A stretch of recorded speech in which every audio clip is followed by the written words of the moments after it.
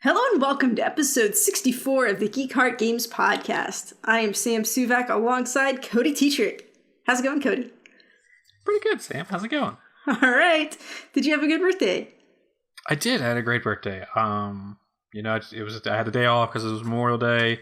I got lots of gifts, and I went and saw Long Shot, the Seth Rogen, Charlize Theron comedy, and it was really good. I liked it a lot. It's not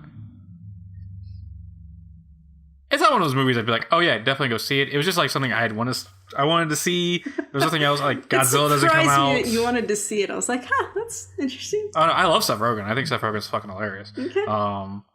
But nothing else was out that I wanted to see. Like I'm not interested in the live action Aladdin movie, and like Godzilla hadn't come out yet, so I was like, okay, like this is a movie I kind of wanted to see, and like so I went and saw it. To be fair, Brightburn was out. Oh, it was, but like the I person feel like you might have made a with, good choice, though. Yeah, the person I went with, I was kind of like, oh, I don't know if she'd be into that. So yeah. I saw Brightburn, and I thought it was just okay. It's pretty much exactly what you would expect, and there's like no surprises really. So I was kind of like that's what I want. You know, I want to be surprised in a movie. I could have sworn I read that the ending was very surprising, but okay. Really? Let's just. I'm basically going to see it because it is something I want to see.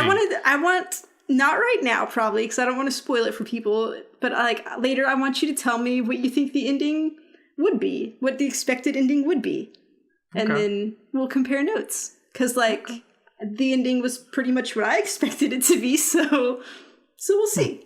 All right. So, yeah. Okay. That's fine. But I'm not going to get it right now because that would require me taking my headset off and getting up, and I didn't prepare for this at all. My friend got me a prayer candle, but instead of like, a Jesus prayer candle, it's from Etsy, and it's of Captain America. Nice. So every day I wake up and I walk up to it and I say a little prayer to America's ass. I approve. That's fantastic. It's an Avengers Endgame joke. But yeah. So is it a picture of the front side of Captain America or it the is. Back side? So you know the back's there and you're just gonna talk to. You know. Is it like a drawing of Captain America or is it a representation of Chris Evans as Captain America? It's like one of those Photoshop pictures where like it's definitely like an old timey like portrait, but then they put Chris Evans' face on it, and then instead of like, I think it's supposed to be I think it's a picture of Zeus, to be honest with you, but instead of the lightning bolt, it's Captain America's shield, and then like around the back is like little designs of Captain America's shield. Is it a good Photoshop or It's a pretty solid Photoshop. Like I was like, oh, okay, all right. So yeah, cool. All right. Yeah. Well, hey, I approve. It's pretty awesome. I got a friend of mine some Golden Girls prayer candles. I think it's like the same person then, because she had mentioned that there were also like a set of Golden Girls ones, but she found that one first, and I was like, "Ooh, okay, all right." I mean, I think you got the better deal. So, I mean, the Golden Girls are pretty fucking awesome. Let's be real. Yeah, but Captain America's ass. Yeah, true. So, I don't know if you have to pray to one. Yeah, Captain America's ass. Yeah. Yeah. So, a lot of dude listeners to this podcast are just like, "What the fuck is going on?" We went on a tangent. It's fine. So let's get into our gaming, and to start things off, it's June. I almost said January. I don't know. It's been a long day. It's June, and that means it's Pride Month. And so, woo-woo, Pride! To celebrate Pride Month, I've made a goal for myself that I'm going to play at least one game every week that has some type of queer representation in it, and then I'll come report back on the podcast. So, also, I'm wearing my Houston Outlaws Pride t-shirt. So, I think my camera just did something weird. Okay. So, to start things off, I played a game called One Night Hot Springs, which I'd seen this on like some lists of like the best games from last year. And it's one of the games on itch.io. and it is a free game, but there's like a suggested donation of $3, and you can get the art book with it. So this is a visual novel, and you are playing as... Okay, I believe these are Japanese names, and I'm not good at that, so I apologize in advance for my pronunciations, okay? But the main character is named Haru, and she is a trans woman, and the main point of this story is her best friend, Manami, is, for her birthday, she's getting Haru and her other best friend, Erika, together, and they're going to go to the hot springs because her parents are paying for them to have a little trip to the hot springs. So, it kind of starts off and Manami's asking Haru, how she feels about it, if she'd be okay going, because, going to the hot springs could be something that's going to cause her a bit of stress. And so they talk about it, and like there are reserved baths that you can get. So Haru's like, no, it's fine. I want to go and celebrate with you. So yeah, we're gonna do this.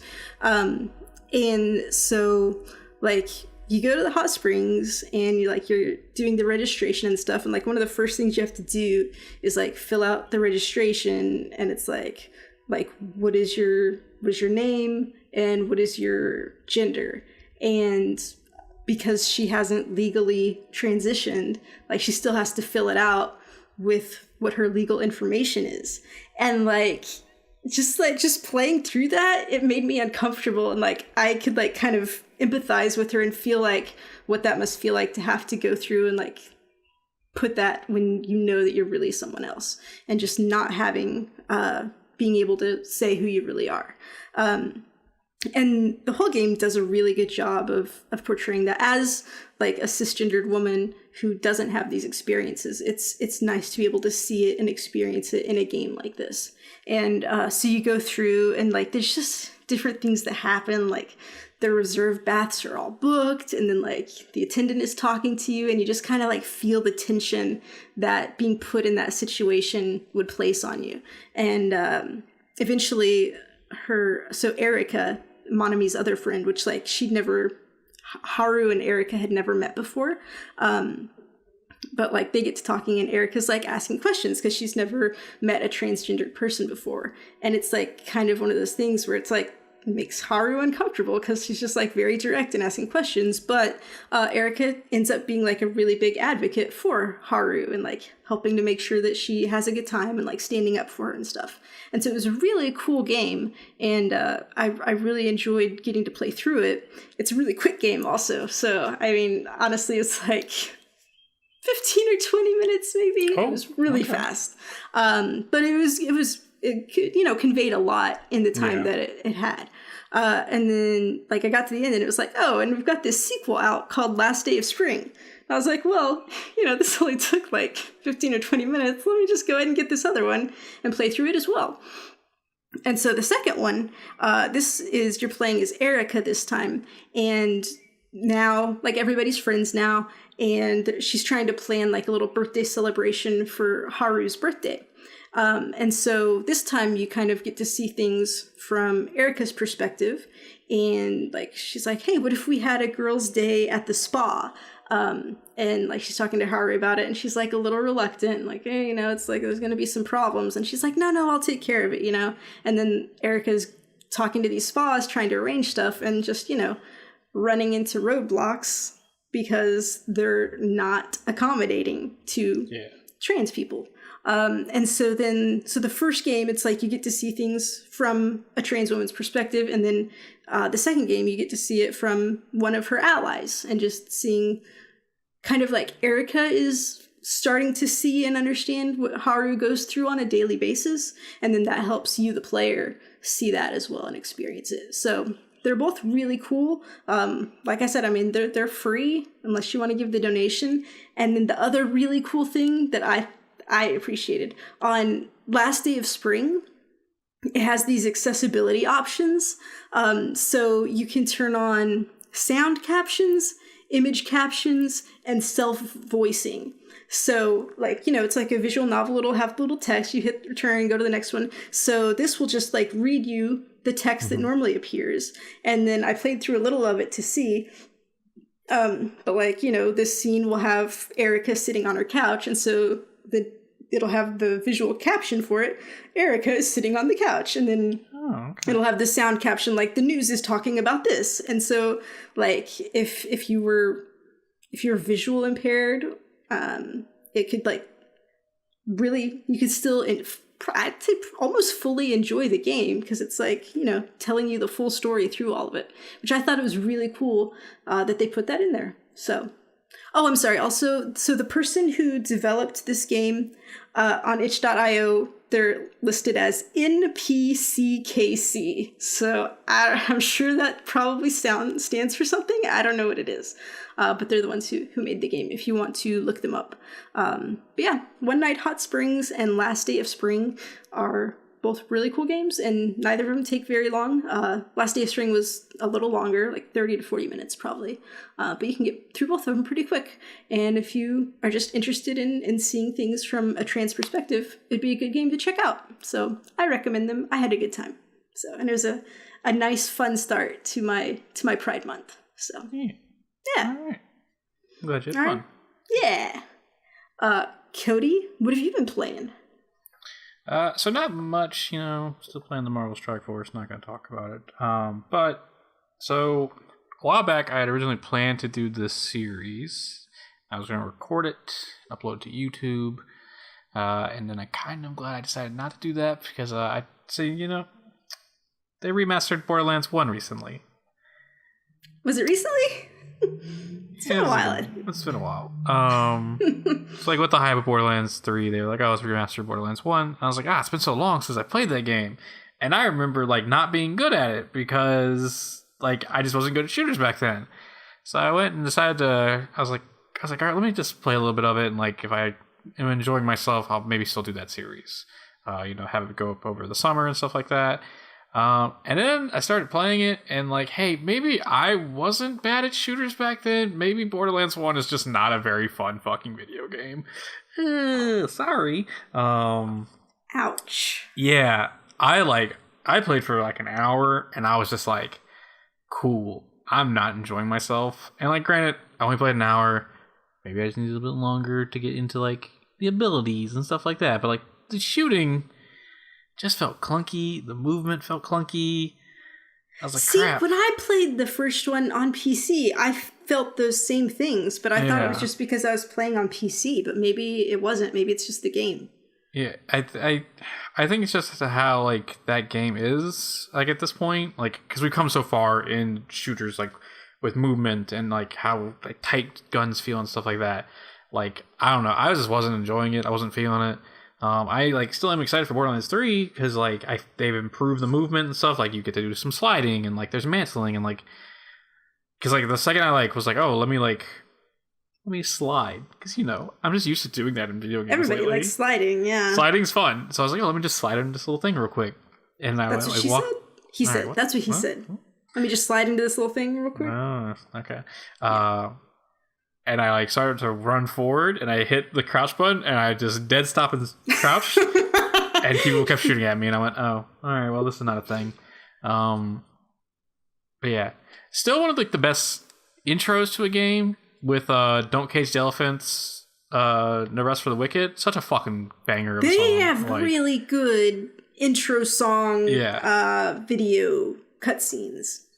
For Borderlands games. I should say I was playing as Roland, the soldier. I don't know, maybe I should. He sounds boring. He kind of was. I don't know, maybe I should pick someone else. Probably. But yeah, not a fun time in Borderlands 1 for me. It was really like. Did you remember like liking Borderlands 1? I see. Like my backstory of Borderlands is like I've played every fucking Borderlands game. I just never get far enough to like really, I guess, constitute the end game. Like, I never have beaten one. I've played a lot of them, but, like, I've never beaten one. But I do remember back then, like, enjoying Borderlands 1. But I also remember, but maybe now games are better and you realize. Yeah. So, yeah. Not a fun time. Okay, Cody. I'm going to share a thought with you, okay? Because just today it was announced that the PS Plus games for June are one I've already forgotten, and Borderlands. Sonic Mania and Borderlands the Handsome collection. And when I saw that, I was like, oh, maybe I'll go play some of this Borderlands again. Because I was confused about the way they named these things. I thought Borderlands The Handsome Collection was the first Borderlands, and then you were like, no, it's the second and the pre-sequel. And then, but the second one is the one I played not too long ago on the free weekend on Xbox. And like, I didn't have the best time with it. And so I'm like, I don't know that I want to go play more of it. And then I was like, maybe I really don't want to play Borderlands 3. I don't know. I feel like, and maybe like this is, I do wonder, because I was like, oh, maybe I don't. Same thought came to me, like, do I want to play Borderlands 3? But then I'm like, there's so many people hyped about it, and like, it's gonna be one of those things where you group up with people and play, and I'm like, Oh, that sounds like Anthem. Oh, damn. Shit. Damn. All right, I'm sorry, Anthem. That was harsh. That was harsh. Ooh, that was rough. Man. Oh, man. I don't know why I'm so mean today. So yeah, I think that aspect of Borderlands is exciting me. But then again, like, yeah, you do have a point. The same thing was being said about Anthem, and then look at how that turned out. Wasted my $60. I don't know. And yeah, them announced. Well, first I was very busy at work today, so like all I read was like Borderlands, and I was like, "Are you kidding me? I just bought this game. Like I just used like, and then someone was like, "No, it's a Handsome Collection." And I was like, "Oh, okay, thank God. Whew, all right, I didn't waste my money." I mean, you might say that you did though, since you don't like it. But I mean, technically, I only paid $10. I used like a $20 off coupon I had, so yeah. Okay, that's fine. I mean, I wasted that coupon, I guess. But hey, Sonic Mania. We wanted to play that for a while, so hey. It's a fun game. I got it on Switch, so I recommend it. It's been forever since I played a Sonic game. Like, so I need to... Hey, Sonic makes some good games. Yeah. So. Speaking of Sonic, real quick, just a little tie this in. They pushed back the Sonic movie. Yes, which is good for them. Good job. You're giving people time to actually do the work instead of just saying, hey, magically do this in like a day. So yeah. That's good. I approve. But yeah. Sad times in Borderlands 1. So what are you gonna do? It's the Borderlands. I mean, they seem like a sad place in general. They do. I wouldn't want to live there. I think the saddest part about Borderlands 1 is like I think they're called skags, the little skag dogs just walking around. And then next thing you know, a bus hits it. And you're like, oh, alright. Well then. Didn't know that, but okay. Tales from the Borderlands is still a really good game. Highly recommended. Everybody should play that one. So I think what have you been playing, Sam? Okay. So one of the things I've been playing, it's called For the King, and it is on Game Pass, which I went to Game Pass because I was like, oh, the Banner Saga is up. I'm going to get that game. But then I saw this game too, and I was like, oh dear. And I had to flip a coin, and I decided to know if I was going to play Banner Saga or For the King, because they seemed pretty similar. I don't think they actually are, though. For the King won the toss. And so this game is a turn-based. There's 3 in your team. You're walking around. It's like a game board, so it's kind of like a tabletop game where there's like hexagons? However many? What are 6-sided? I don't know. Hexagons. So there's like hexagons all together that are your like, each one is a spot instead of like squares. That's all. But yeah, so it's like a fantasy world. You've got a quest, I guess. Apparently this is kind of a roguelike game because you start on this campaign and it has stuff like you've only got 6 lives, and then I don't know if like the locations that you're going to like just randomly spawn where they will on the map, or if the locations are at the same spot, but enemies will randomly spawn in different locations, and then like at nighttime different enemies will spawn. And so you're just supposed to go through, fight your enemies, level up stuff, I guess get to the ultimate mission final. I didn't get that far. But so the way it works is, so each turn, like your person kind of rolls their die, like in quotes, because you're not actually doing it. It's just like automatic. Yeah. And like it'll roll and say, oh, you've got 5, so you can move 5 this turn. And so you can pick where you want to move your 5. If you don't move the whole number, like if I only move 3, then those extra 2 are extra HP points that can heal me, which is good. And so, like, a lot of times when I was having a rough time, I would just kind of skip my turn. I'd let it roll, and then however many movement I got, I'd just stay where I was and take all of them as healing points. That's good. The bad thing is every turn there's this chaos meter that's also going up. And so as it goes up, the enemy level increases. Like after all, they're like 105%, and then they're like 110% damage or whatever. So it gets troublesome, and then you have to go find these chaos towers and destroy them to bring the chaos level back down. And so then you just go in and it's your basic turn-based combat, and you've got different weapons that you can pick up, and I guess different magic skills. I only had one guy that really had magic stuff.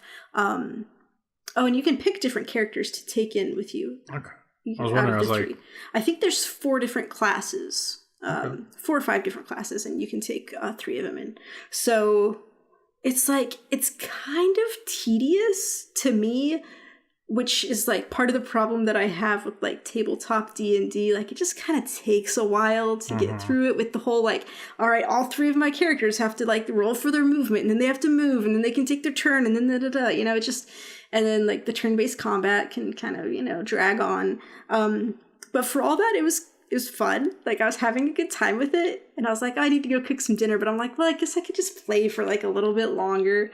So it's like this weird mix for me of fun and tedious. But if you like tabletop games and turn-based combat, I would recommend it. It's fun. It's just, I don't always have the patience to sit through all of that. And it wasn't as story-based as I believe Banner Saga would be. But yeah, it's interesting, and it's free on Game Pass. So I would recommend it with the caveat that you have to like turn-based combat and like taking your time going through stuff. So, but yeah. Okay. Cody, what else you got? So as some of you may remember, last week I gave some opinions on Dauntless after a couple play sessions. Wait, were they positive or negative opinions? There were some very heavy negatives, but there were some positives. I think this week I'm coming with a few more positives. So I went last Saturday to my brother's house, and I arrived. He was playing Dauntless. First negative of the night. He had to wait 35 minutes to play.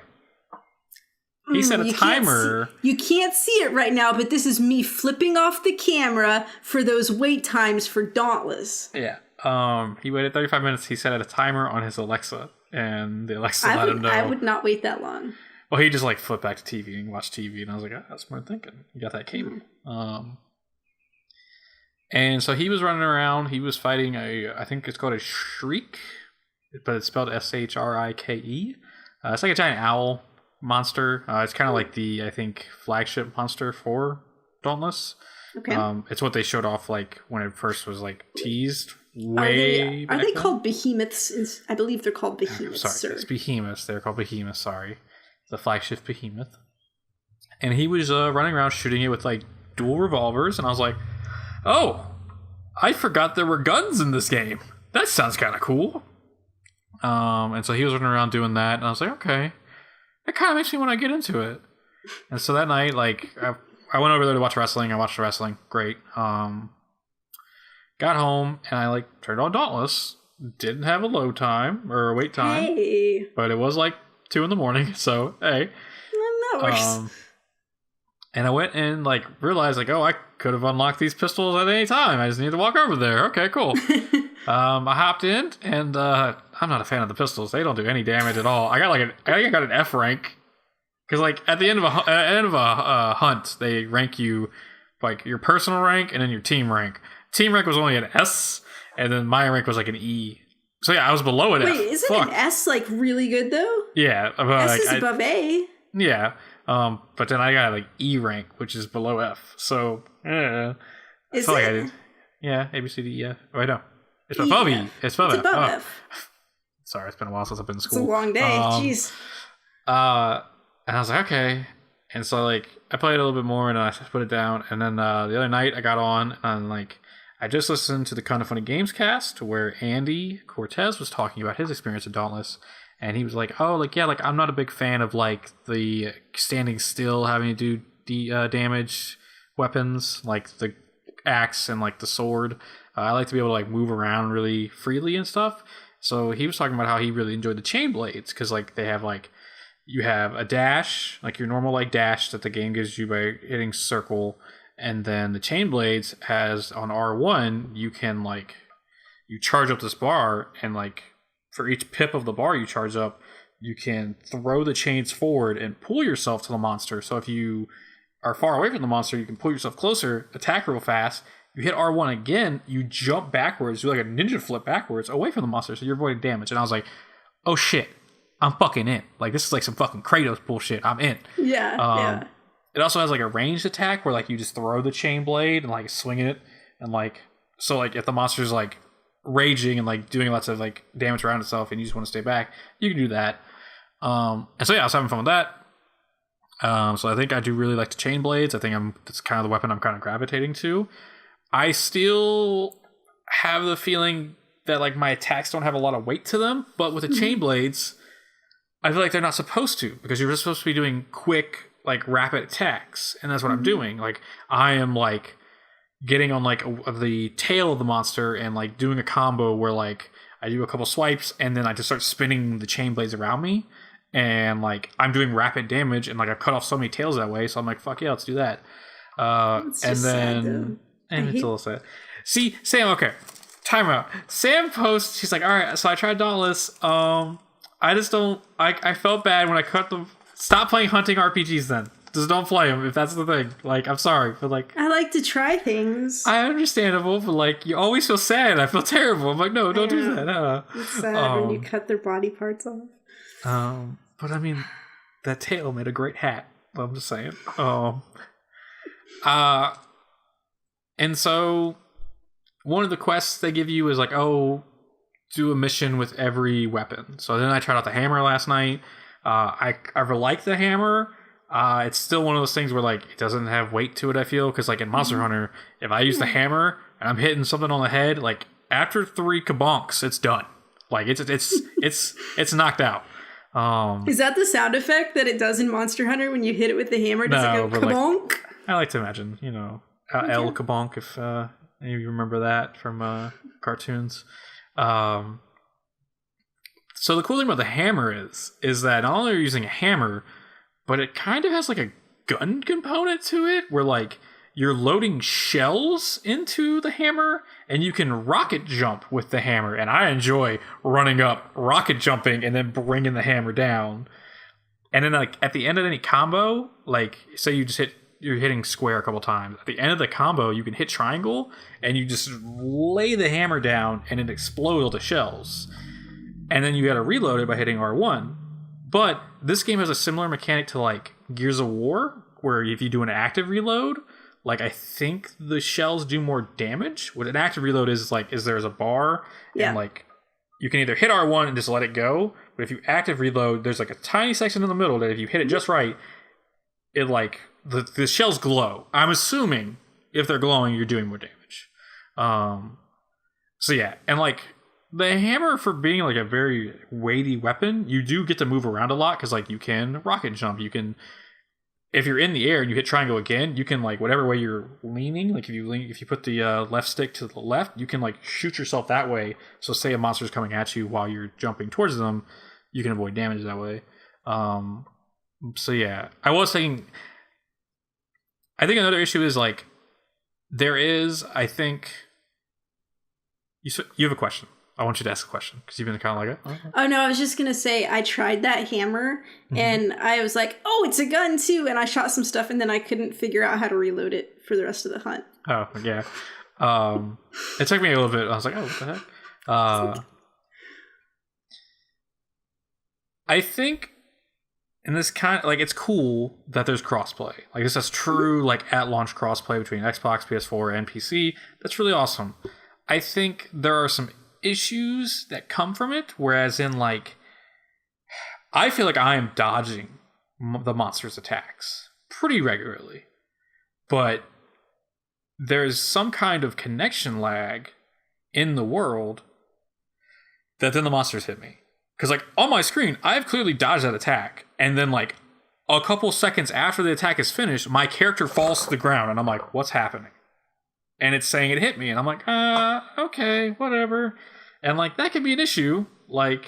Yeah. So, yeah, that's kind of bothering me a little bit.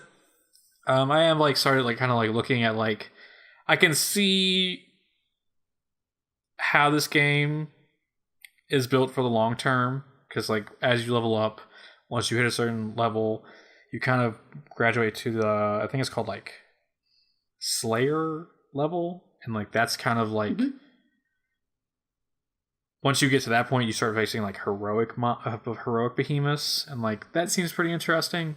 I've already kind of started looking at some armor pieces, and I'm like, oh, like these would like match well together for like my playing style with the chain blades. I just got a pair of chain blades where every attack also does wound damage, and like a cool aspect of Dauntless is like if you're not cutting a piece off, you can also just wound the creature, and like that like applies like a debuff to a certain area, and like it physically shows up on the behemoth, and like that's kind of interesting mechanic to have in the game. Is it like Monster Hunter World where like when they're injured they start like kind of limping around and looking real a little sad. bit, yeah. It's horrible. I'm sorry, Sam. So I still have like I still have a couple issues with Dauntless, but like upon continuing to play it, I'm kind of looking past them, and I'm enjoying myself. I don't know like how long I'll play this game. It is holding me over right now. Like I'm impressed that you went back to it and played more. Yeah. So I got Elsewhere in a week, and the next season of Destiny's coming up, and like so like it's gonna be interesting. Like Dauntless could be a game I just come back to when I'm bored and like don't have anything to do in those two. But yeah, so Dauntless still has its issues for me, but I'm enjoying it. Okay, well hey, yeah. That's better than nothing. Yeah. All right, my last game that I want to talk about today is Lumines Remastered, and this is by Enhance, the company that made Tetris Effect, and you guys know I love me some Tetris Effect. So this and Res Infinite, also by Enhance, have been on my wish list for a while, because like, you know, the stuff that my beloved made, like I want to go back and see, right? But I was like, you know, I mean, I want to, but So I was always waiting for them to go on sale. And so, of course, they went on sale at the same time. So I was like, well, fuck, I guess I've got to buy both of them. So I bought both of them. I've only played Lumines Remastered so far. And this is a game where, like, I looked at the videos of it, and I've looked at stuff, and, like, I was like, I really don't understand what's going on in this game. But once you get into it and start playing it, it makes sense. And what it is kind of Tetris-like in that there are these cubes that fall down and you have to rotate and place them. Each cube is made up of 4 smaller squares that can be one of 2 colors. And so you've got 2 colors, and as you're making them drop, you want to just make another full cube, and that will clear the cube off the board, okay? But the cube doesn't clear as soon as you make it.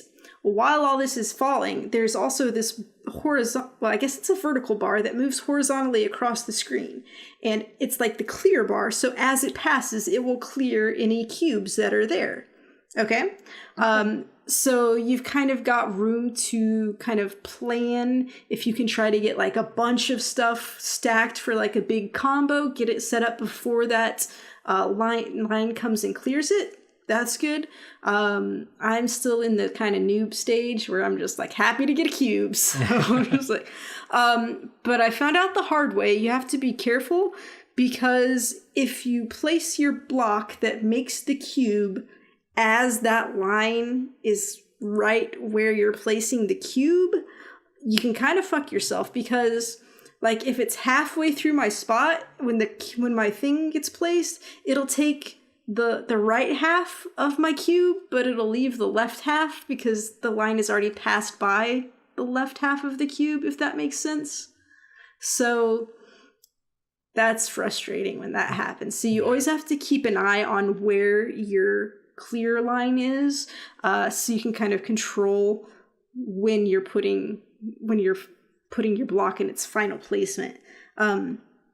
Also found out the hard way, there's like, so you can move the blocks left and right, but I guess if you like hold the button down, it'll like jump so fast to the far edge of the screen, because like that happened a few times and I've never once intended it to happen.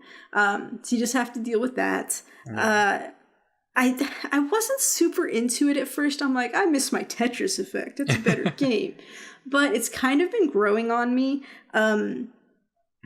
And I've gotten better. Like, I watched a couple of videos about it just to, like, see, because I was like, well, at first I didn't understand what this whole jumping thing was. I was like, is there something that's happening that's jumping my screen over? I'm like, no, that's just me. But after watching the videos, like, I feel like it kind of, like, just, got me better at it. So I've been playing. The thing about Tetris Effect is, like, you play, you get to the part where you fail, and then you can restart from that level. So if I made it up 5 levels and then fail, I start on the 5th level again. In Lumines, that's not the way it is. You get to wherever you fail, you're back at the beginning. And, like, as you're going, like, there are different songs and backdrops that you're kind of unlocking. As you get to each level, you unlock it, because there's like a free play. You can play whichever level you've already unlocked. But like, you gotta be like real good and have a sustained, like, clean run, like, all the way through to get to the higher levels to unlock the rest of the stuff, which I'm not there yet. And it's frustrating because, like, I'd like to unlock new stuff. The music is really cool. It's like this electronic music and it's fun and lively.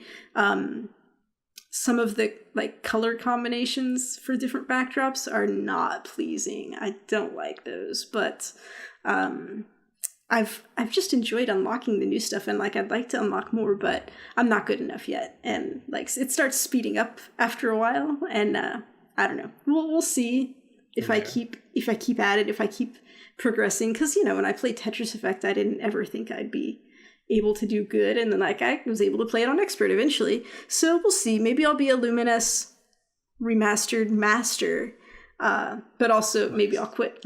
We'll that was see. really good. Nice. But yeah, it's fun. It was only like $8 on sale, so it's definitely worth that. You should send a tweet to old Greg Miller. He's a big Lumines Remastered fan, so... Well, here's the thing. His was one of the videos that I watched. So, like, the first video that pulled up was, like, tips and tricks, and it was his video from when he was on IGN, which it was funny seeing, like, a little young baby Greg Miller. Yeah. But he was playing on the PS Vita, which is where I guess... I don't know if it was the first Lumines before it came to Lumines Remastered, but the freaking Vita one... So you can pick different avatars to play as, which on the PS4 apparently means jack shit. But on the Vita, you'd pick an avatar and it would have a special ability. And so like an ultimate ability, and you could activate it. So, like, he was showing that he used the one where you could, like, pause the clear bar so you could make it sit and wait, and then you could go pile up your combos and then let it go through. And so I was like, ooh, that looks really cool. I went back to the PS4. I'm like, nope, these avatars don't do anything. You don't get any special abilities on this one. So, but yeah, but just, hey, it's a good time. We'll see. Maybe next week we'll see what Res Infinite is like. Although, to be fair, I did try it just a tiny bit once on VR because it was on my VR sampler disc, but it was just too much for me in VR. Like, I couldn't even. So, but hopefully it'll be better, just with not VR. Show. But yeah, enhance, make some good stuff. Just this one is for the experts, the people who like a challenge. Yeah. Doesn't have a baby mode, so that's fine. That's fine. All right, Cody, let's get into some news.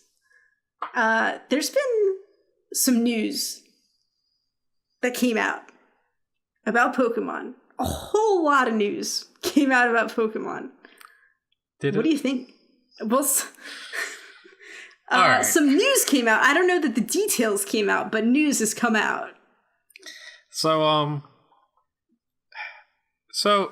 first we should state there's going to be a Pokemon Sword and Shield Direct on June 5th. So that came out a couple of days before this apparently been announced. So they come out and like, oh, there's going to be a Pokemon press conference, and it's going to be live stream. Okay, interesting. And so they're really hyping up. Like, I saw like 3 tweets from the Pokemon company about this. I was like, all right, cool. Like, let's go. Like, Pokemon press conference. Like, I'm sure there's like going to be some new stuff for Go. Something interesting, maybe. Like, you said Pokemon press conference, and I just had an image of a little Pokemon at a microphone, like giving the details, and that would have made this infinitely better. It would have. So this press conference was very just like, if like it had been live streamed and everyone saw this, I honestly would have thought I did some mushrooms before I saw this. Because holy shit. So the one kind of cool thing is that there's a Pokemon RPG coming to mobile called Pokemon Masters. The art style seems pretty cool. And then they got into kind of like this huge initiative that the Pokemon Company is going to do. I think legitimately at some point on the fucking like teleprompter, it came up Pokemon Company's business strategy. And I was like, what? Like, what's happening? Huh? So apparently their big strategy for this year and next year is all about sleep. Because you know when you're most thinking about Pokemon? When you fucking sleeping. So, first off, they're introducing something called Pokemon Sleep, which I believe rewards you in Pokemon Go based on how you sleep. Yes. And they were releasing with it a thing called Pokemon Plus Plus. Now let me spell that out for you. Pokemon Plus plus sign. What? So if you don't know what a Pokemon Plus is, it's a little wristband, or you can like wear it around your neck or something like that. And it ties to your Pokemon Go account. And when you're walking, it'll light up. If there's a Pokemon nearby, you can press the button and you have a chance of catching a Pokemon. Kind of cool. Just kind of, if you're really into Pokemon Go, you would have had these. But the Pokemon Plus Plus does this, and you lay it on the pillow next to where you sleep. Wait, and it'll... You lay it on the pillow next to you? You don't wear it? I thought you wore it, but I've read and heard multiple people now say that you put it on the pillow next to you, and it'll track how you sleep. That sounds like bullshit. It sounds awful. Just, to tie in with this, they had the guy from Niantic come out and be like, oh, to help this sleep initiative, there will be random sleeping Snorlaxes in Pokemon Go. Just out and about. Mm-hmm. I don't know who at the Pokemon Company had like, they were just sitting around a board table and they were like, what can we pitch this year for how to make more people love Pokemon? Well, there's 8 hours a day where people aren't thinking about Pokemon, and it's when they're sleeping, so we gotta get them there. So yeah, their big initiative is sleeping, and how they can get you Pokemon while you're sleeping. What? I mean, just offhand, I feel like this could be the start of some type of brainwashing campaign, like having this thing next to your head while you sleep. Who knows what's really going on there? Yeah. Also, they announced a thing called Pokemon Home, which is an app that ties together Pokemon Go, the Let's Go series, Gen 8, which is Sword and Shield, and the Pokemon Bank, which is another app they use that like you can kind of... It lets you transfer Pokemon. Like if you're a diehard Pokemon fan, it lets you transfer Pokemon from any of those things to each other freely in one center location. That's pretty cool. If you're a diehard Pokemon fan, that's good for you. And then they ended the press conference with the speaker being like, you may have noticed, and he unzips his jacket that he had on. We're all wearing Pokemon shirts. And I was like, what is happening? What? Now, this is kind of cool. Like, I'm kind of excited for this. Okay, so, like, in Japan, they have these like Pokemon shirts based off the original 150, and like they're like buttoned up, like highly detailed shirts, and they're nice nice shirts. The issue is they are expensive as fuck. Mm-hmm. Like they are $100 for a shirt, and you can customize these. You can make a long sleeve shirt, a short sleeve shirt, or a Hawaiian shirt out of these things. And you could put a pocket on the front, or not have a pocket. Yeah. And like, I kind of want a Bulbasaur one because Bulbasaur is my favorite Pokemon. But like, am I really shut out $100? I wonder if like, now see, like they're $100 on the Japanese website to get them here. Okay. Could there be some price differences when they finally have a U.S. shop up? Who knows? What is the most you would pay for one of these shirts? See, like I've seen some like stylized like button-up shirts. The most I would willingly pay $50, and that's me being like, this is like me like treating myself. $100 I can't do. $60 can't do. I'd pay $30. That's the most I would do for a Pokemon shirt. But I don't care for Pokemon as much. Look at that cat stretching back there. Look at that cat back there. She's such a good girl. There was a couple other small things they announced, like Japan is getting another Pokemon Center, which is just like their big Pokemon store. But it's apparently going to be darker themed. I didn't really understand this. It's the Pokemon nightmares. I was very confused. I was like, okay, darker, all right, whatever. You know what would have been? They missed a golden opportunity. Instead of this Pokemon Sword and Shield, it could have been called Pokemon Dreams and Nightmares to tie in with sleep. Ooh, there are some Pokemon that are all about haunting dreams, and like I was kind of like, oh snap, like Darkrai. That's a Pokemon. It's all about haunting dreams, and I'm like, oh shit, I don't like that. But yeah. This was just a very weird press conference, and like from some reports I've been reading is that Nintendo did not know this was happening and were very upset with the contents of it, and that's why they like doubled down on like, hey, just so you know, Sword and Shield is next week, like don't worry, we got you. Wow. But in a strange turn of events, this has excited me more for Sword and Shield, because like being reminded of Pokemon excites me for Pokemon. Like, it's gonna be pretty cool. So yeah, just a weird fucking press conference. I highly recommend, if you're like wanting to watch this, look up the Kind of Funny reacts, because Tim Geddes is the ultimate hype man and loves Pokemon, and even he was just griffunkled at this. Like, what's happening? So yeah, that's the Pokemon press conference. That was something else. So we're joking about this, but what if in like 50 years we look back on Pokemon Company, and what if they've had this tremendous influence on getting people healthier? Because, you know, people are not super healthy these days. Yeah. So Pokemon Go gets them up and about, walking around, getting some exercise. Now we got Pokemon Sleep. They're trying to get them a good night's sleep.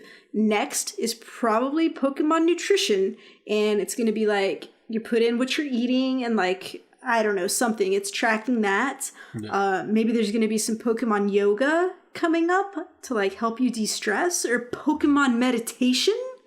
Ooh, there could be like, they could be saving the world and just like making everybody a more healthy, well-balanced person through Pokemon. It's possible. It could be.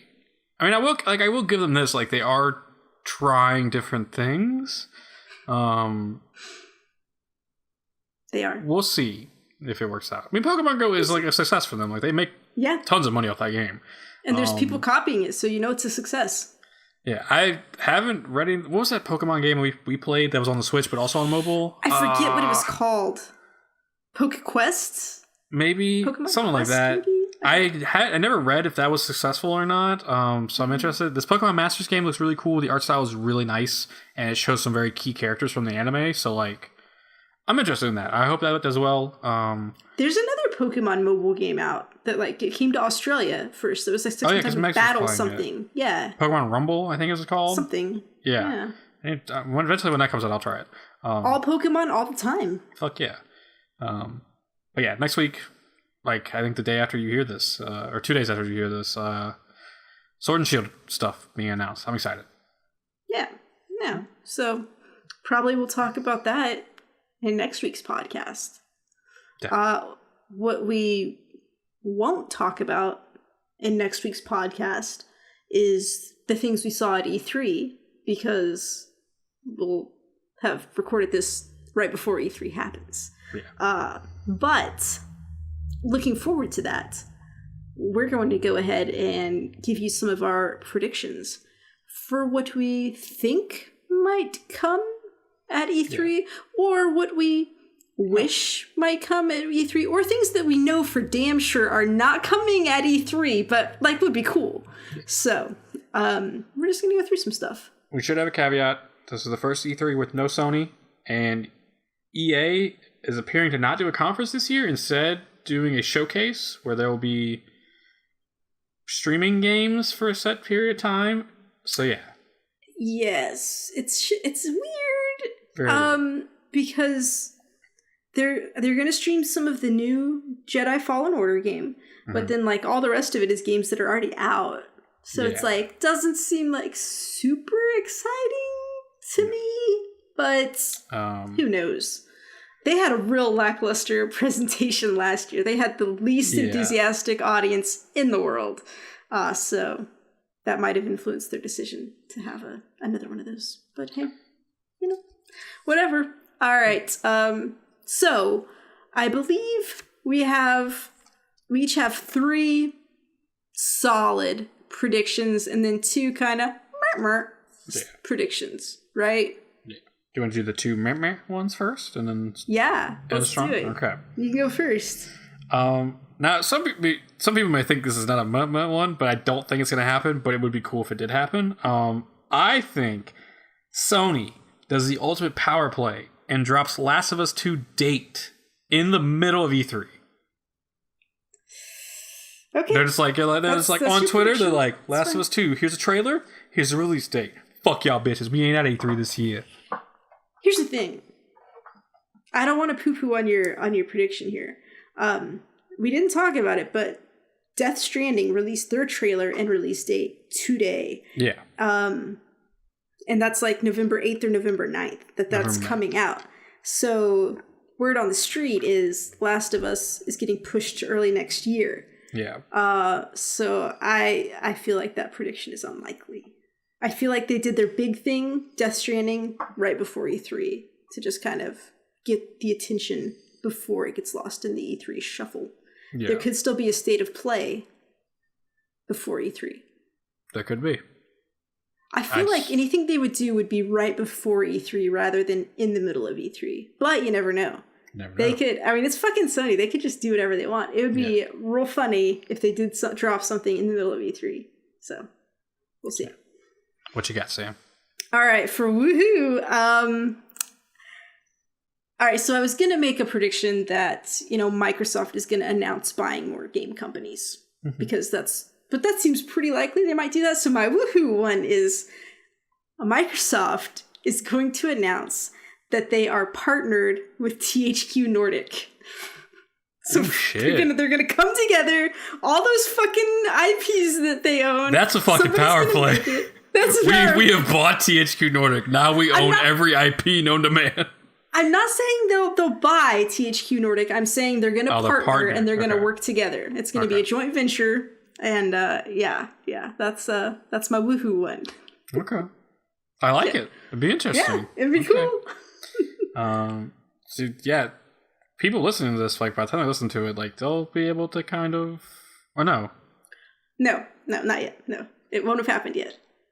Still, like you can write these down and then like let us know it afterwards how we're doing. Yes. Also, let me just state I haven't really looked at what's been announced formally for E3 unless it's like a big like headline article, and I don't think you've looked at like a lot of stuff so we don't know. Like some little stuff might have been announced, so we don't know. If we say something and it's already been announced, then we just look like geniuses. I don't know. My fourth one, another meh one, is at the Ubisoft conference. There will be no new Assassin's Creed announced, but there will be DLC for Assassin's Creed Odyssey. I think they're gonna wait another year, let Odyssey ride it out, and then have a new one. I feel like the new Assassin's Creed has kind of already been announced. Like, not formally, but we know it's Vikings, right? Has that been... I don't remember. I don't know if it's been, like, fully confirmed, but I feel like I get a lot of my words from word on the street. And word on the street is the next Assassin's Creed Odyssey is Vikings, and it's not coming out this year. It would be next year at the earliest. Well, so if I'm right. So you're probably right. All right. What you got? All right, my next woohoo one is, this is just something that I think would be awesome. I'm going to say a Worms game is announced for Switch. Oh, and I doubt that it's going to be a new Worms game. I think something's going to get ported to Switch. I don't know, probably Worms Armageddon. But they're all, I mean, a Worms game is a Worms game, so, you know. But I say one of them's coming to Switch. Okay. All right. All right, let's get into some serious stuff. All right. My number 3 is going to be Nintendo has the best press conference this year. Now, let me explain why I think that. Okay. They're getting Pokemon out the way early. You remember last year's E3. They dedicated most of the show to Smash Brothers because it was all about the hype. Mm-hmm. This year going in, we've got Luigi's Mansion 3, Animal Crossing, Metroid Prime. All these games we don't know a lot about. So they can bring the heavy hitters and just fucking hit us with trailer after trailer after trailer. It's hyping us up. So I think what we got here is a recipe for Nintendo having the best press conference this year. Okay. Right. Sure. I really hope that fucking Nintendo has a release date and a price for Daemon X Machina so we can settle that bet that has been hanging out for like a year. Yeah. So I'm ready to get that taken care of. Okay. So spoiler alert, the majority of my list involves Microsoft because that's what I had on the brain when you told me to think of these. So my prediction is it's going to be announced that Cuphead is coming to Game Pass. Okay, fair. Yeah. Is it not already? I don't believe it is. Is it already? Fuck. Have I fucked this up? It's a Microsoft exclusive, is it not? That should be on Game Pass. Is it on Game Pass? I don't know. Why do you look that up? I'll look up my number 2. Guys, I'm just going to say, Cody told me like a couple hours ago to get some E3 predictions. So I was trying, okay? I was thinking about it. I was like, we should probably do a finish up work. I was flustered, and I did my best. So as I say, the first part of this is confirmed. It was confirmed today. I think the Avengers game is shown with a very detailed trailer and like an extended trailer of them showing like gameplay and like story stuff. I don't think we get a hard release date. I think we get a fall 2019. You think it's this year? I think it's going to be early next year. I think it's that's one of those early 2020 games. So yeah. One of my woohoos was gonna be obviously they show the Avengers trailer and then they announce it's available tomorrow. Ooh, like shit. Stealth launch. But then I thought about it, and the reason that most companies don't do that is because if a game has a physical release, you know, getting the actual physical thing to stores is a problem. So like it works for Apex Legends because it's all digital, but not so much for something that has a physical release. My app is not loading. I'll let you know about this Cuphead situation, but we'll get back to it. Also, just to throw like a little extra one in there. I don't know. If you're right and they announce the release date for sometime fall this year, I think they will announce a special edition that comes with 4K Blu-ray copies of both Infinity War and Endgame with the game, like a deluxe collector's set. Now, I'm not going to lie to you. If the collector's edition of this Avengers game has a statue that's just like Captain America's ass. I mean, that's an instant buy right there. But just a statue like, you know, Thor, Cap, Iron Man, Black Widow, Hawkeye, Hulk, like all of them together. I may buy that collector's edition. That may be one I have to look up. But yeah. Okay. Well, hopefully we'll have some more information on that soon. In the meantime, while I'm still trying to figure this out. So my next one is, Xbox, I believe it's called xCloud, is going to be their streaming service. And I'm going to say in their presentation, they actually show us people streaming games on their phone, and they announce that you can sign up for the beta right now. And it's about to launch. So, all right, my Game Pass app says no results for Cuphead. Okay. So I don't know. I don't know why it's not on Game Pass. It may have been like right after, like right before that initiative they announced where like every exclusive is going to, so they may have like just, Yeah. Okay. Well, funny enough, my number one is all about Microsoft. I think that Xbox has no less than 7 new exclusives announced at this conference with all these partnerships they've been doing. Mm-hmm. I'm down with that. So, yeah. I think like they announced last year all these partnerships. It's been a year now. Probably time we start seeing the kind of the fruits of the labor there, like what we got coming from Ninja Theory and stuff like that. So I think no less than 7. Could be a lot more though. Never know. It could be. I mean, they've got a lot going on, and it's going to be like I think like a full 2 hours. Their presentation probably, which is a little bit longer than last year's.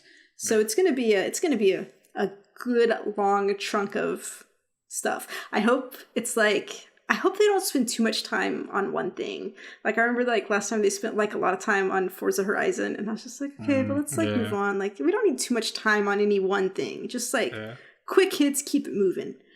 Speaking of, let's keep it moving. So my number one, okay, I think that we are going to have an Ori and the Will of the Wisps trailer and a release date. And the release date is going to be, a little ways out, a few months out probably. And so they're going to be like, okay, I know it's little ways to wait for that. In the meantime, why don't you go play Ori and the Blind Forest on Switch? Because, I think there's been rumors about some Xbox exclusive games moving to Switch. And, Xbox and Nintendo are having some good partnership stuff going on. And so I think they're going to announce like something big that they're going to be sharing. So, and I like Ori, so let's let it be Ori. So, yeah, those are mine. Okay. I think those are some good ones.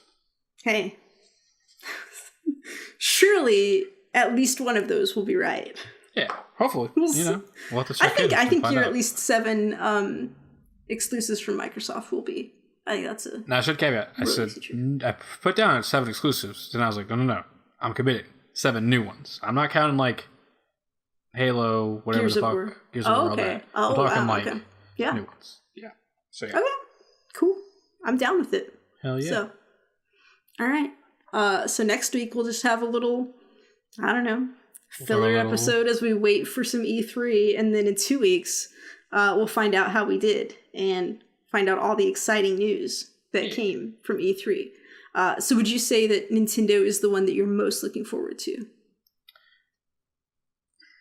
Yeah, because I feel like they have the most like stuff we definitely like. I think at Microsoft we will definitely see more of Gears 5 because like Gears 5 is definitely coming this year. They have the Halo game that they like teased at the beginning of last year's conference. They'll definitely show that off. And then I feel like these new exclusives they're probably going to announce will be like kind of quick hits because like I'm sure some are still like early in development, like projects. Yeah, absolutely. So yeah. But yeah, I think Nintendo has the most like up in the air because like there's so many things we literally don't know about. So yeah. Yeah, all the games you listed for Nintendo, I really don't care about. So I think Microsoft is going to be my big one that I'm into. Although I'm pretty excited for the Ubisoft one, just because last year it was so. Last year's was great. Okay, yes, it was pretty good. Yeah, they had the Just Dance thing where they had the dude dressed up as a panda. They did the best thing ever where, like, they had the video of people, like, dancing out in the streets, and then they all, like, busted in the doors and came in the stadium, and it was them dancing, and I was just like, oh my god, this is great. Then they had the guy come up on the motorcycle for Trials Rising, and I'm just like, yes. So I can't wait to see what Ubisoft does. It better be something spectacular. I think close second is gonna be Square Enix, shockingly, even though last year I thought Square Enix's entire conference was a fucking dumpster fire. This one, like, I'm hoping they bring their A game and, like, their A game, get it? Avengers, haha. And then Final Fantasy VII, like, I'm kind of excited for. Like, I want to know, like, is it coming this year? Like, and then, like, whatever they're gonna throw in between, because, like, you can't have a press conference just 2 games. Like, they gotta have some other stuff coming. So yeah, you can. You shouldn't, but you can. Yeah. So. And there's a kind of funny showcase. A lot of indie games. Fuck yeah. So there's going to be some cool stuff there that, like, we don't even have a clue about. So. Has Bethesda announced if they're having a conference yet? I believe they are. That's going to be interesting. I believe they are. I believe it's in the evening on Sunday or Monday. Like, that'll be an interesting watch for how everything with Fallout 76 went. So, and Rage 2, how that went. That's from Bethesda, right? Yeah. So, yeah, interesting time for Bethesda. Get your fucking shit together. Hey, take it easy, man. Sorry, I'm a little aggressive. A little ragey. All right. Well, we will wait and see. Until then, if you'd like to get in touch with us, you can email us at contact@geekheartgames.com. We're on Facebook and Twitter at geekheartgames. We've got live streams on twitch.tv/geekheartgames. You can watch videos of our podcast at geekheartgames.com/YouTube. You can join our Discord at geekheartgames.com/Discord. And you can buy a shirt at geekheartgames.com/shirts. And we have a new Pride logo shirt that is available. I've ordered one. Teespring takes a while, so hopefully I'll get it before the end of June and can wear it on an episode. So we'll see what happens. We would love for you to give us a review, 5-star review on iTunes, or just a like, a subscribe. Anywhere you can give us something good, we'd appreciate that. I'm on Twitter at SKSUVAK. Cody? I'm at Comic Book Cody, and I do just want to call out, because it's Pride Month, last year we did do an entire Pride-focused episode. I still think it's one of the best episodes we've ever done, so definitely, if you have a chance, go back and listen or watch that. It's, I believe, called Gaming with Pride. So, yeah. I'm thinking back. I believe that was the one where I forgot to record the video, I believe. Yes. And then I had to do some creative editing, which... Yeah. It's a good... It sucked, but it was fun also. I went back and watched it recently, and it's pretty good still. So, yeah. It's got the Geek Heart Pets slideshow of all of our animals, so definitely worth a watch for that. So it's got some good backup video, some good B-roll content to fill the space there. So, yeah. All right. I almost forgot what was happening. Cody, take it away. We're just 2 geeks who heart games. Do. Happy Pride.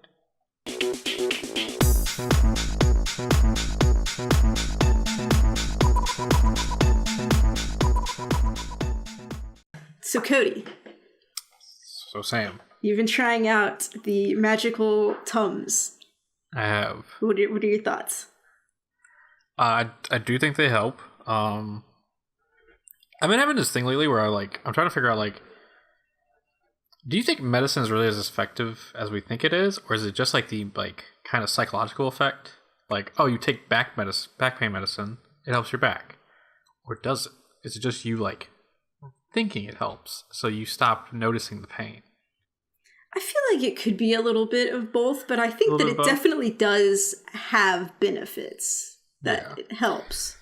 I've started taking a Nasacort inhaler for my allergies, and I mean, I notice a difference. I've been doing a lot better than I was when I wasn't taking the inhaler, but I don't know if it's entirely coincidental with the seasons changing or whatnot, or if it's just it's strong medicine, so it helps. So, yeah. So yeah, for those unaware, Sam has been trying to get me to get these Chewy Tums tablets for my stomach. Can you show the camera? Are they right there? Can you show them? Well, Chewy. Tums Chewy Bites. Yeah, they've got like a hard candy shell on the outside and they're chewy on the inside. And these are the extra strength 750. I don't fuck around, man. I get you the good stuff. 60.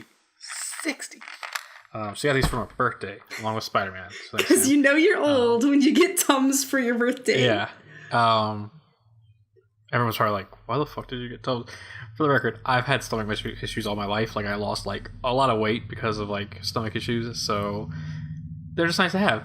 Okay. Just like everybody needs some of these. It's not just like everybody occasionally has a little stomach issue, and you just start to feel not so great, and you take it, and then you start to feel better. Yeah. And so yeah, they work pretty well. I mean, magically well. They're real good.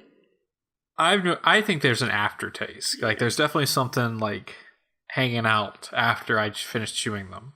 Also, I've noticed like they get really gummy really quickly, like as you chew them, and like it kind of like is hard to swallow at times. And I'm like, okay, well, all right. That's what she said, but no, it's fine.